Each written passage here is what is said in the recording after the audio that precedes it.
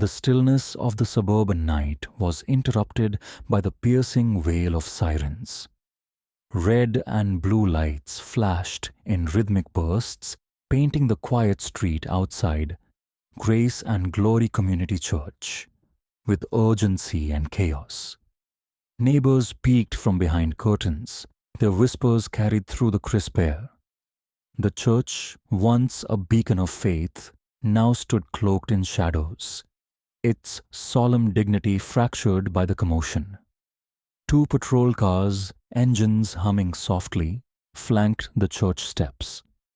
Officers moved quickly but deliberately, their faces set with grim determination. The stained glass windows reflected the lights, their holy depictions of serenity now distorted by the turmoil. An officer adjusted his radio, murmuring instructions into the static-filled channel. Inside the church, the air was thick with dread. A uniformed sergeant emerged from the office, his face pale, his voice subdued but firm.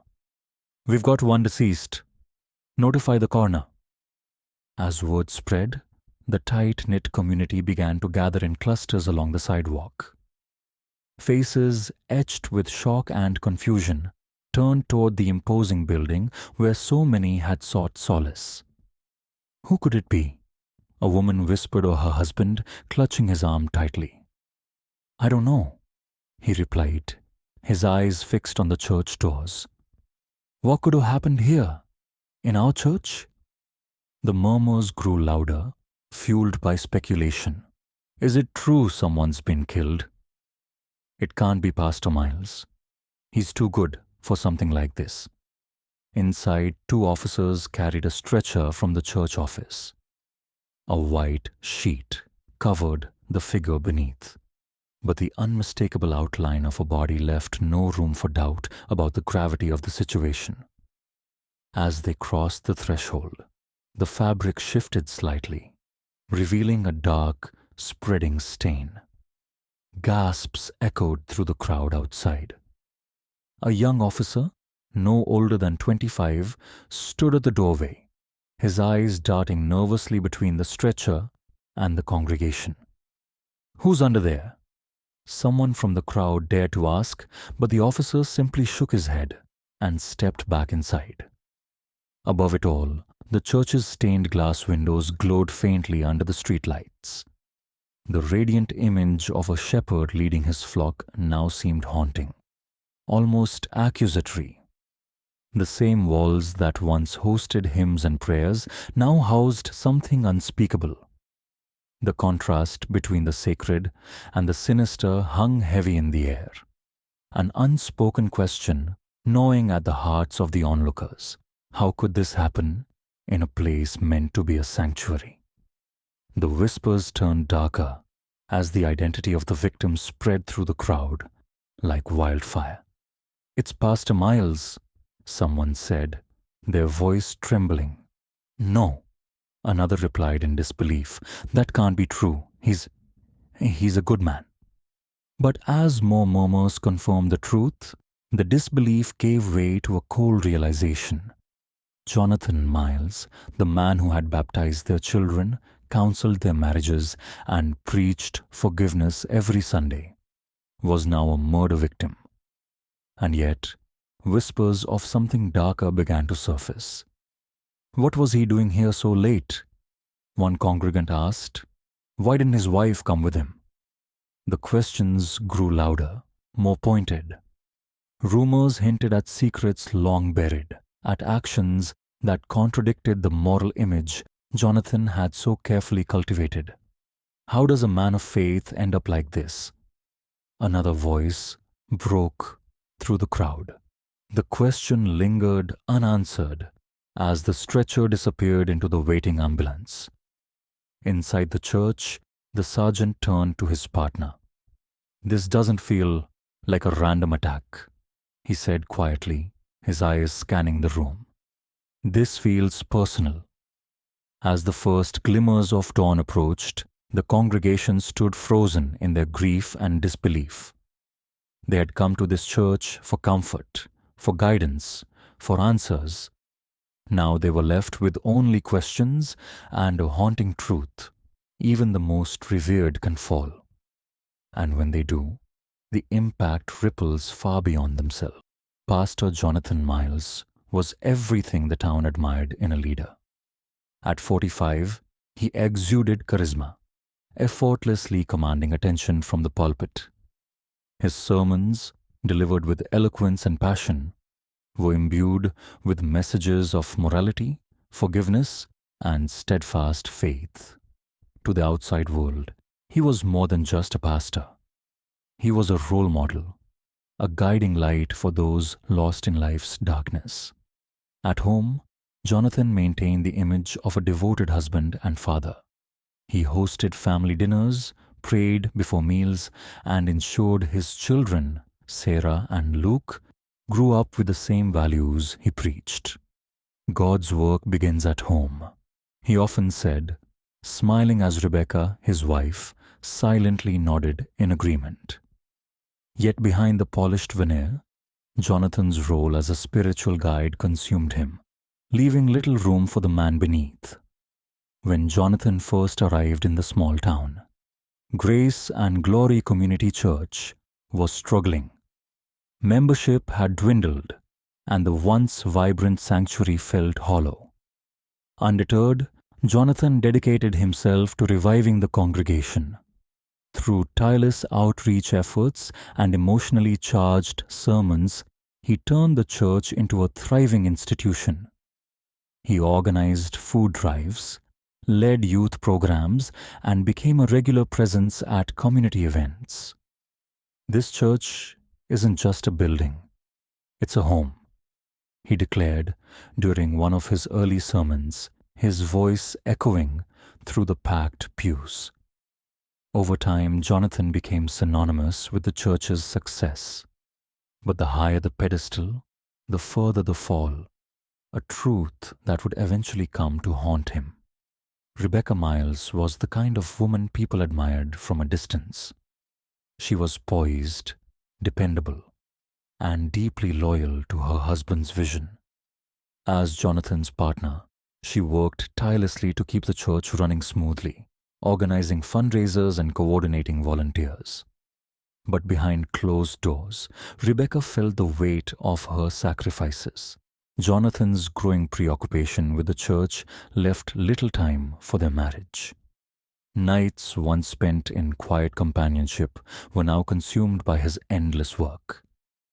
"I hardly see you anymore," Rebecca confessed one evening as Jonathan prepared yet another sermon. "This is for us, Rebecca," he replied, barely looking up. "The church is our calling." Her smile faltered, but she said nothing. Over time, she began to retreat into herself, her loneliness a quiet, unspoken presence in their home. Emily Hart joined the church as a secretary shortly after losing her husband in a tragic accident. At 32, she was still reeling from the loss, her grief a constant companion. Jonathan saw her pain and offered her solace. "Your strength is inspiring," he told her during a late-night conversation in the church office. "You're a blessing to this community." Emily clung to his words, finding comfort in his attention. To her, Jonathan wasn't just a pastor. He was her anchor in a storm. Though their interactions were professional at first, Emily's vulnerability and Jonathan's need for validation soon created a dangerous dynamic. Elder Daniel Matthews had served the church for decades, his steady presence a cornerstone of the congregation. As Jonathan's confidant, he had always trusted the younger pastor's judgment. But over time, Daniel began noticing subtle changes. Jonathan's sermons, though still powerful, carried an edge of weariness. His once transparent leadership style grew opaque, marked by late-night meetings and whispered conversations. "Is everything all right, Pastor?" Daniel asked one evening after a service. Jonathan smiled, though it didn't reach his eyes. "Of course, Daniel. Just the weight of responsibility." But the elder wasn't convinced. He had seen too many leaders crumble under pressure, and Jonathan's perfect facade was beginning to show its cracks. Rebecca's isolation deepened as Jonathan's dedication to the church overshadowed their marriage. She often found herself alone in their spacious home, the silence a reminder of the distance between them. One evening, while clearing his desk, she noticed a receipt for a late-night meal, a dinner she hadn't shared with him. Her stomach twisted, but she pushed the thought away.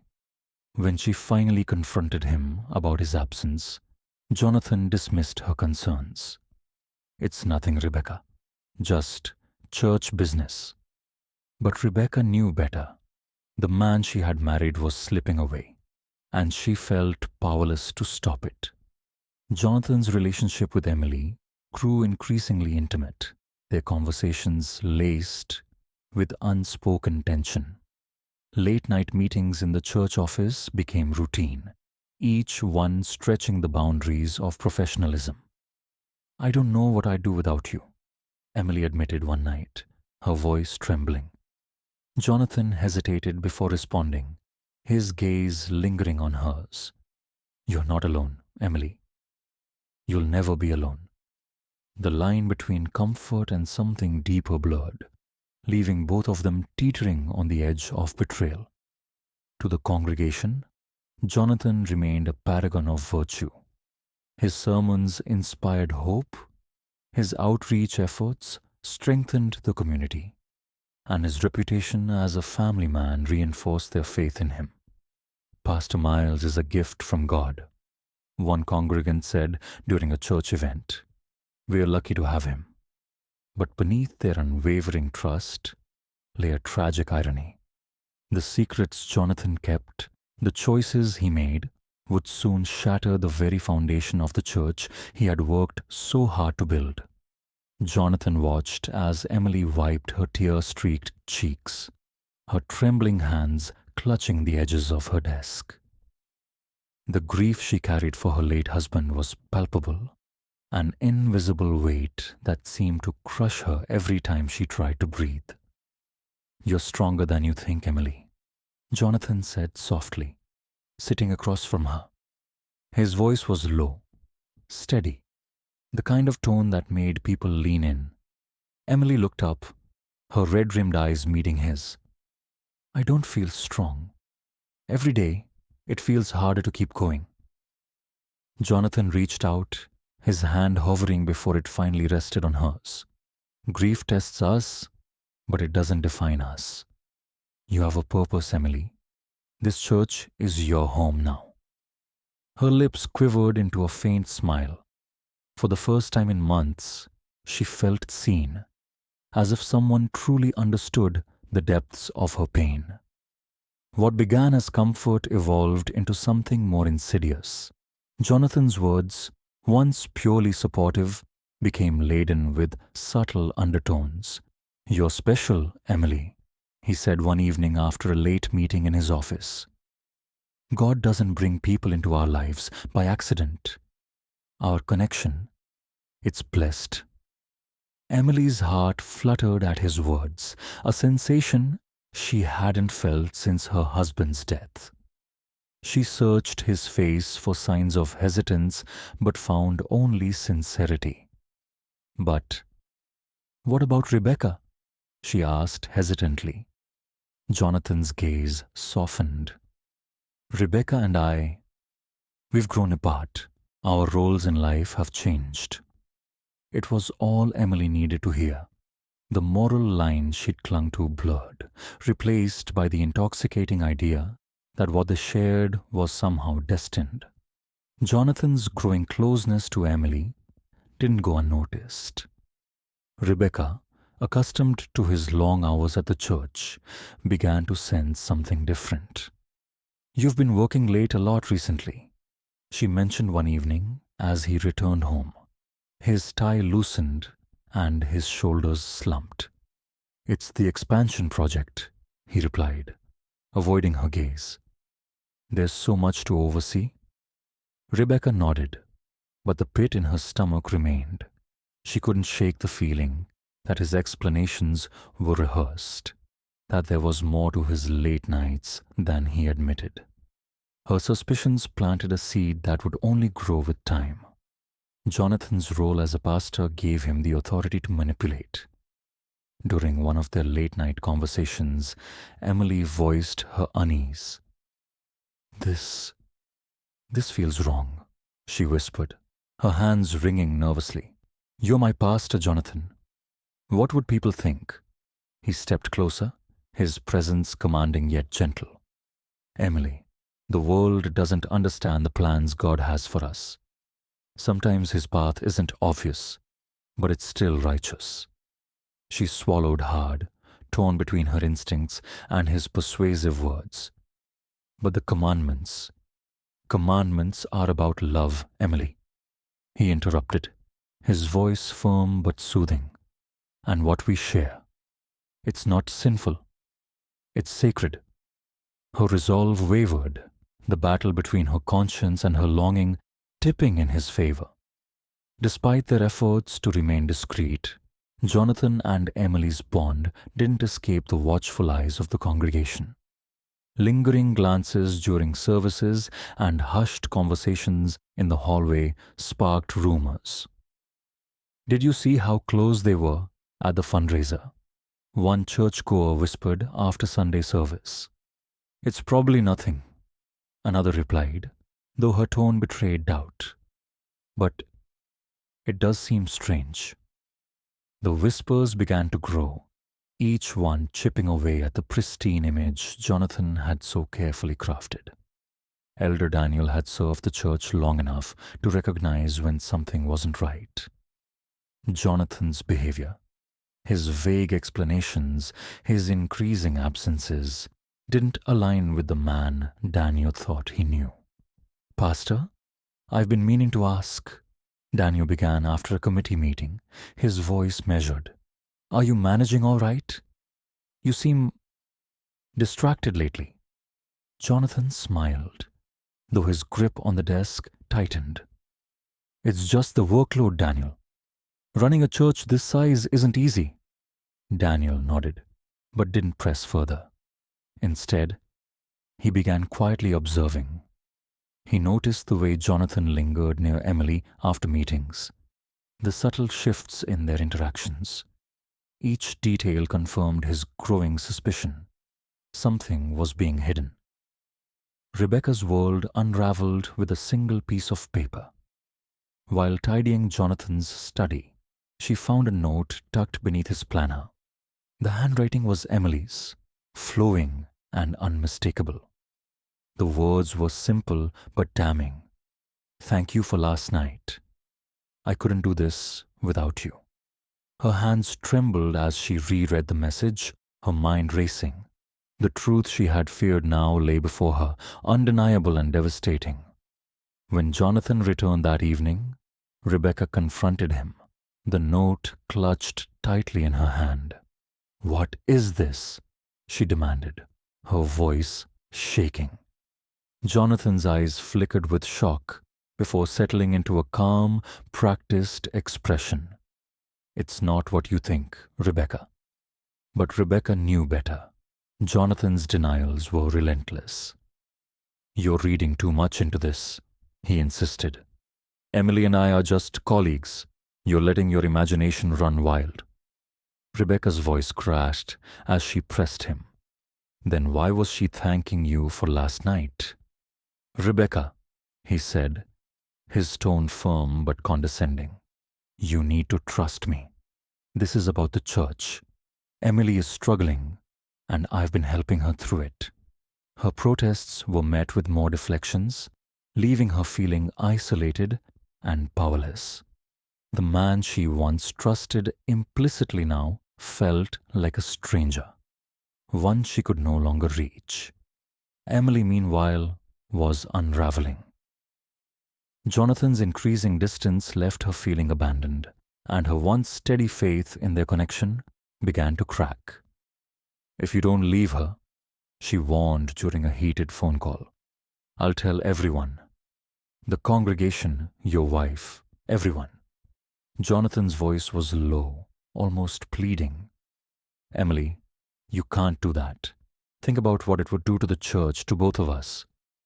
But Emily's patience was gone. I've already lost everything, Jonathan. I won't be kept in the shadows anymore. Jonathan's carefully constructed world was crumbling. He avoided Emily, dodging her calls and limiting their interactions. But his evasiveness only fueled her anger. Rebecca's silence at home became deafening. Her trust shattered beyond repair. Rebecca's silence at home became deafening. Her trust shattered beyond repair. The church office was cloaked in shadows, lit only by the faint glow of a desk lamp. Jonathan sat hunched over his papers, his brow furrowed in concentration. The sudden creak of the door startled him, and he looked up to see Emily standing in the doorway, her face pale and her eyes blazing with fury. "We need to talk," she said, her voice low but sharp. Jonathan leaned back in his chair, forcing a calmness he didn't feel. "Emily, it's late. This isn't the time."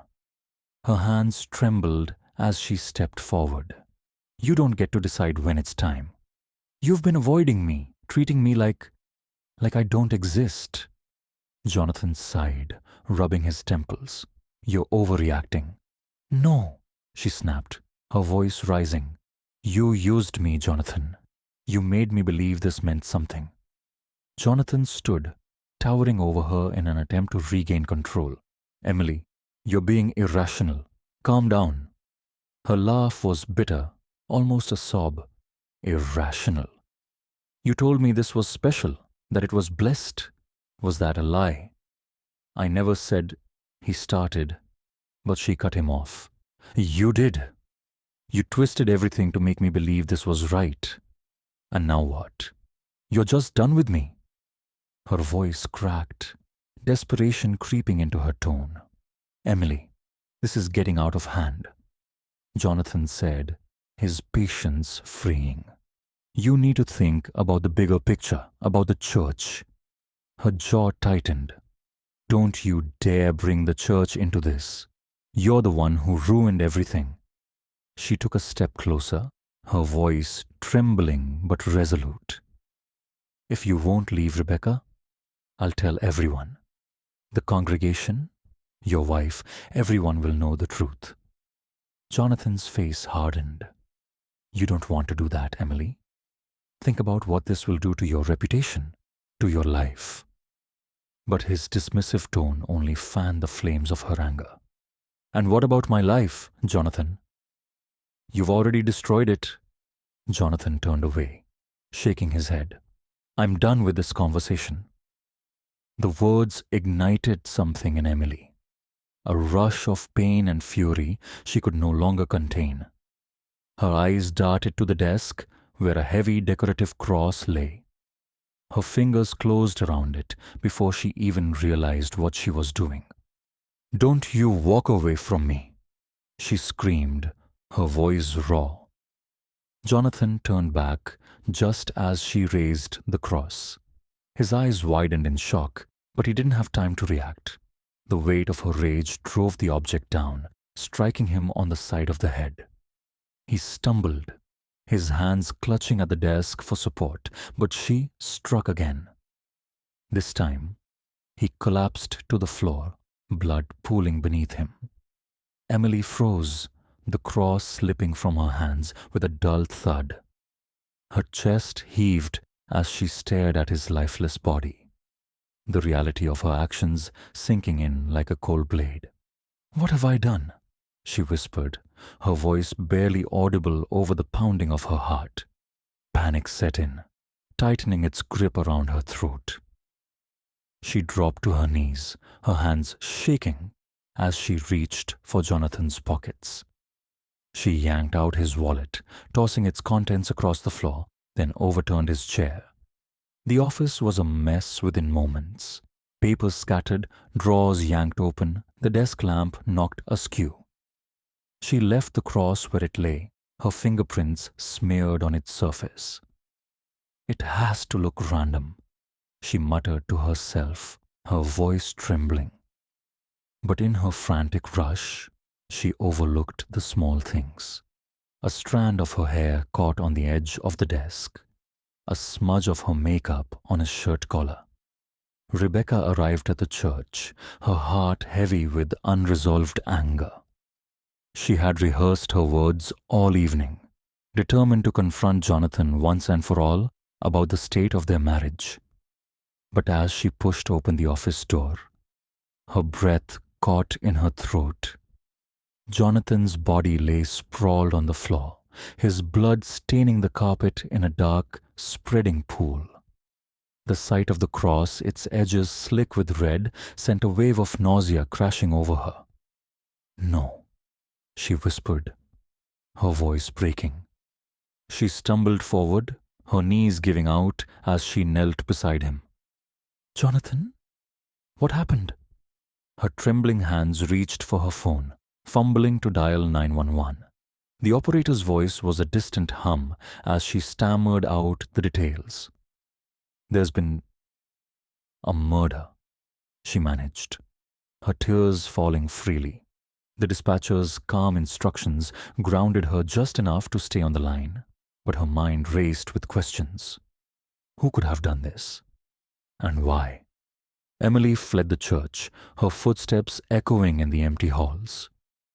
Her mind was a whirlwind of fear and regret, but she forced herself to keep moving. "This wasn't supposed to happen," she whispered, her voice breaking. She slipped out the side door, her car waiting just beyond the lot. As she drove into the night, the enormity of her actions pressed down on her like a suffocating weight. But in her rush to escape, she left behind the clues that would unravel her story. The fingerprints on the cross, the strand of hair, the faint scent of her perfume lingering in the air. For now, she was free. But the truth had a way of surfacing, and the evidence she left behind would ensure justice would not be far behind. Detective Harris sat in the dimly lit interrogation room, his gaze fixed on the stack of printouts spread before him. The messages between Emily and Jonathan told a story of longing, secrecy, and forbidden passion. Each text was a thread, woven into a tapestry of betrayal. "You make me feel alive again," Harris read aloud, his voice devoid of emotion. He looked up at Emily, who sat silently, her fingers intertwined tightly on the table. "You sent this 2 weeks ago. Care to explain?" Her lips parted, but no words came. Meanwhile, church security footage revealed the late-night meetings. Frame by frame, it painted a damning picture. Jonathan and Emily, standing too close in the dimly lit office, their conversations lingering long after the church had emptied. "It doesn't look like ministry work," Harris commented, sliding the still images toward Emily. She flinched, but didn't respond. The digital evidence was airtight. There was no denying the connection between them anymore. Emily's facade began to crack under the weight of mounting pressure. Her initial denials gave way to stammered explanations until finally she broke. "Yes," she shouted, her voice trembling.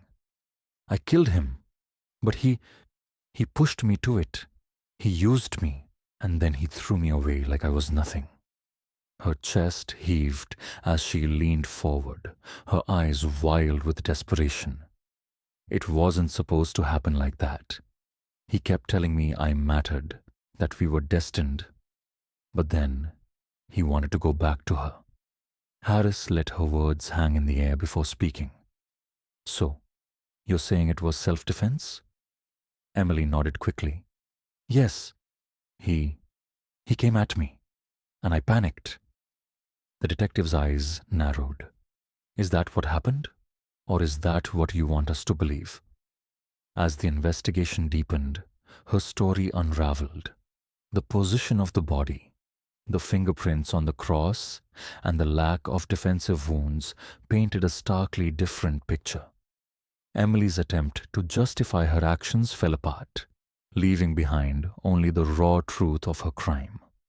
News of the scandal spread like wildfire, engulfing the small town in whispers and speculation. The man who had once been their moral compass was now a symbol of hypocrisy. "Did you hear about Pastor Miles?" one congregant whispered to another after service. "I still can't believe it," the other replied, shaking her head. "He baptized my son. How could he?" Attendance dwindled. Pews that were once packed now sat half empty. The community, once united by faith, was fractured by doubt and betrayal. "I trusted him," an elderly woman said quietly to Elder Daniel after a particularly somber service. "How do we come back from this?" Daniel had no answers. Determined to restore some semblance of stability, Elder Daniel reluctantly stepped into Jonathan's role. His sermons were earnest, but the shadow of the scandal loomed large. "We must remember," Daniel said one Sunday, his voice steady but strained, "that faith is not in men, but in God." His words were met with nods, but the damage was done. The congregation, once vibrant, now felt hollow. Rebuilding trust would take years, if it was possible at all. Rebecca stood in the doorway of the house she had shared with Jonathan, her suitcase resting at her feet. The memories of their life together swirled around her. Their children's laughter, the quiet dinners, the whispered prayers before bed. But those moments were tainted now, overshadowed by betrayal and public scrutiny. At the grocery store, she felt the stares. At church, the whispers followed her. She became the face of her husband's scandal, a role she hadn't chosen and couldn't bear. She glanced around the empty house one last time, her eyes lingering on the family photo above the mantel. "I can't do this anymore," she whispered to herself. With a deep breath, she stepped outside, closing the door behind her. She didn't look back. The church, once a beacon of hope and unity, now stood as a stark reminder of the consequences of unchecked ambition and moral failure. Jonathan's fall from grace, Emily's desperation, and Rebecca's silent suffering were etched into the fabric of the community, a cautionary tale for all who bore witness. Trust, once shattered, was nearly impossible to rebuild. The congregation, though still gathering, carried a heaviness that could not be prayed away. And as the town moved forward, one lesson lingered. Even the most revered are not immune to sin, and when they fall, the impact is devastating. Jonathan's ambition had always been his greatest strength, a force that propelled him to transform a faltering church into a thriving sanctuary. But ambition, unchecked, has its cost. His relentless pursuit of perfection, both in his public and private life, became an insidious trap. The image he carefully cultivated, devoted husband, spiritual leader, moral compass, demanded sacrifices he wasn't willing to admit. In his quest to maintain that illusion, Jonathan blurred lines he once swore never to cross. What began as a desire to uplift others twisted into a need to preserve his status, no matter the cost. The cracks in his facade were inevitable, yet he convinced himself they could be hidden. But ambition, when fueled by deception, is a dangerous weapon, one that often turns on its wielder. Jonathan's choices didn't just shatter his own life, they rippled outward, leaving destruction in their wake. Emily, drawn into his orbit by promises of connection and understanding, found herself discarded when her vulnerability became inconvenient. Her pain, her longing, were casualties of Jonathan's need to protect his reputation. Was any of it real? She had asked him, tears staining her cheeks before everything fell apart. His silence had answered more than his words ever could. Rebecca, too, bore the weight of his betrayal.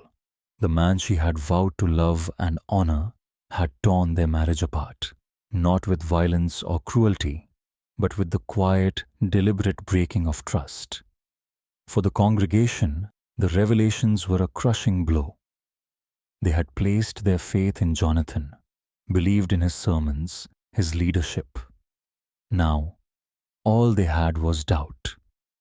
Secrets have a way of coming to light, no matter how carefully they are guarded. Jonathan believed he could compartmentalize his life, keeping his failings hidden beneath layers of polished sermons and practiced smiles. But the truth is relentless. His late-night meetings, the texts exchanged in haste, the stolen moments, they all left a trail. And when that trail was uncovered, it didn't just expose his actions, it amplified the damage. Every lie told to protect the secret became another knife to those who trusted him. "Why didn't you just tell me?" Rebecca had whispered when the truth finally emerged. The question lingered, unanswered, because Jonathan didn't have one. He couldn't face his own flaws, let alone admit them to anyone else. Jonathan Miles was proof that even the most revered can fall. His story became a cautionary tale, a reminder that perfection is a brittle facade, easily shattered by the weight of deception. The life he built, the legacy he hoped to leave, was reduced to rubble because he chose ambition over honesty, appearances over integrity. For those left in the aftermath, the lesson was clear. No one is infallible, and when betrayal stems from those placed on pedestals, the damage is felt far and wide. As the community moved forward, scarred but wiser, they carried with them a sobering truth. The strongest reputations crumble when built on lies.